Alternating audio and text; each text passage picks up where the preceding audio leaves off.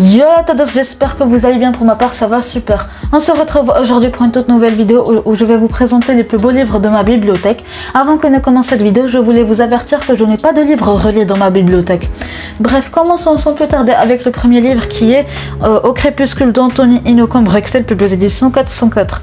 J'ai lu cette histoire il y a très longtemps, donc je ne me souviens même pas de ce qu'elle raconte en fait. Mais l'important aujourd'hui c'est les couvertures, n'est-ce pas? Mais regardez-moi ce travail. En fait, j'ai lu l'histoire juste à cause de la couverture parce que le résumé ne m'avait pas vraiment intéressé. Mais bref, mais regardez-moi ce chef-d'œuvre pour moi. Mais bon, passons maintenant au prochain livre qui est Harry Potter et l'enfant maudit par John Tiffany, J.K. Rowling et Jack Thorne, publié aux éditions Gallimard Jeunesse dans la collection Folio Junior. Ici, on va suivre les aventures d'Harry Potter 19 ans après l'histoire originale. Donc, en fait, c'est beaucoup 19 ans, mais bon, regardez-moi cette couverture. Quoi que disent en fait les autres personnes, en fait la communauté d'Harry Potter sur ce livre, moi je l'aime. J'aime ce livre, j'ai aimé, j'ai relu plusieurs fois, mais j'ai aimé l'histoire en fait. J'étais captivée, etc., tout ce que vous voulez, mais j'ai adoré. Mais bon. Passons au prochain livre qui est ma dernière acquisition et qui est Aristote et Dante découvrent les secrets de l'univers par Benjamin Alire Sáenz. J'espère que je prononce bien, publié aux éditions PKJ.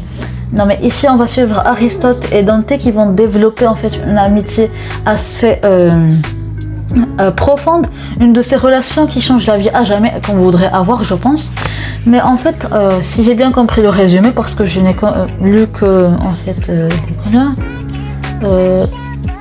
les 16 premières pages du livre, très bon, donc je peux pas vraiment résumer le livre. Donc Aristote et Dante, je pense, ils ont des personnalités assez contraires, mais bon, j'ai acheté ce livre surtout grâce à sa couverture, parce que en fait quand je suis allée en librairie l'acheter, mais vraiment j'étais mitigée entre plusieurs livres que je voyais passer sur les réseaux. Non mais vraiment j'avais envie de lire plusieurs livres en même temps, de les acheter en fait pour les découvrir, mais c'est Aristote et Dante qui découvrent les secrets de l'univers qui a gagné en fait, parce qu'en fait j'avais déjà commencé en librairie, je voulais savoir ce que ça valait en fait le début, et j'ai été assez bien captivée par l'histoire. Bref, le prochain livre que je vais présenter c'est une série, et j'en ai parlé moult fois sur cette chaîne les amis. Et si vous me suivez depuis assez longtemps, que vous avez vu mon avis sur ces livres, et que vous les avez dans votre palle, ou que vous ne les avez pas encore achetés, ou que vous ne les avez pas encore lus tout court, et que vous êtes fan de romance ou de mythologie grecque, ou les deux, bah je sais pas ce que vous attendez les amis, parce que cette série elle est vraiment addictive. Et cette série c'est Hadès et Perséphone par Scarlett Sinclair, publié aux éditions Hugo Roman New Romance. Donc franchement, ici on va suivre Hadès et Perséphone, je pense que vous l'avez compris. En fait dans le premier tome, Perséphone est liée à Hadès par un contrat, elle va tomber amoureuse de lui. Et là elle va l'accepter dans sa vie. Et de base elle ne devait pas en fait rencontrer Hadès, ni le voir, ni rien du tout en fait. Elle ne devait pas le voir, pas lui parler, lui tout en fait. Et dans le deuxième tome, on va suivre Perséphone qui apprend à chaque fois quelque chose de nouveau sur Hadès, car en effet sa relation avec Hadès est devenue publique, et il semblerait que le destin à chaque fois veuille lui révéler un truc sombre sur la vie d'Hadès, du fait qu'elle ne veuille plus en fait l'aimer, qu'elle doute en fait de lui et de son amour. Et franchement, c'est triste en fait. Mais bref, le troisième tome, on retrouve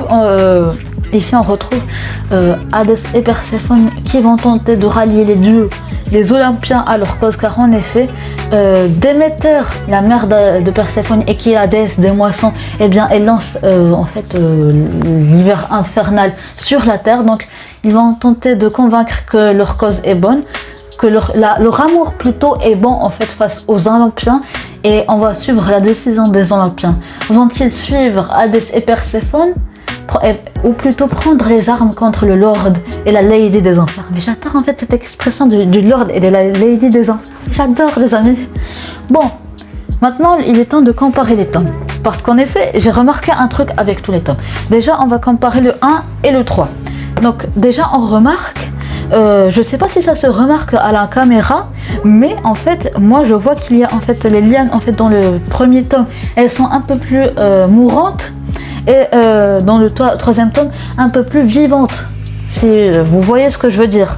Et dans le deuxième tome, je vois pas ce que si vous allez comprendre ce que je vais dire, mais bon, ici j'ai l'impression que les lianes sont mortes, mais qu'elles donnent l'impression d'être vivantes.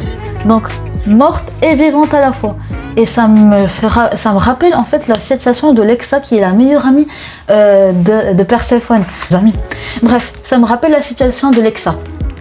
Donc ce tome, en fait de toute façon on parle ici de la situation entre Lexa et Perséphone, de ce qui va se passer entre Lexa et Perséphone, ce qui va arriver à Lexa. Mais bon, qu'est-ce que je peux vous dire de plus? Bref, c'est la fin de cette vidéo, j'espère qu'elle vous aura plu. Donc, je suis en train de vous présenter mon avis sur le tome 3 d'Hadès et Perséphone, si vous ne l'avez pas vu par hasard. Donc, à tout de suite les amis.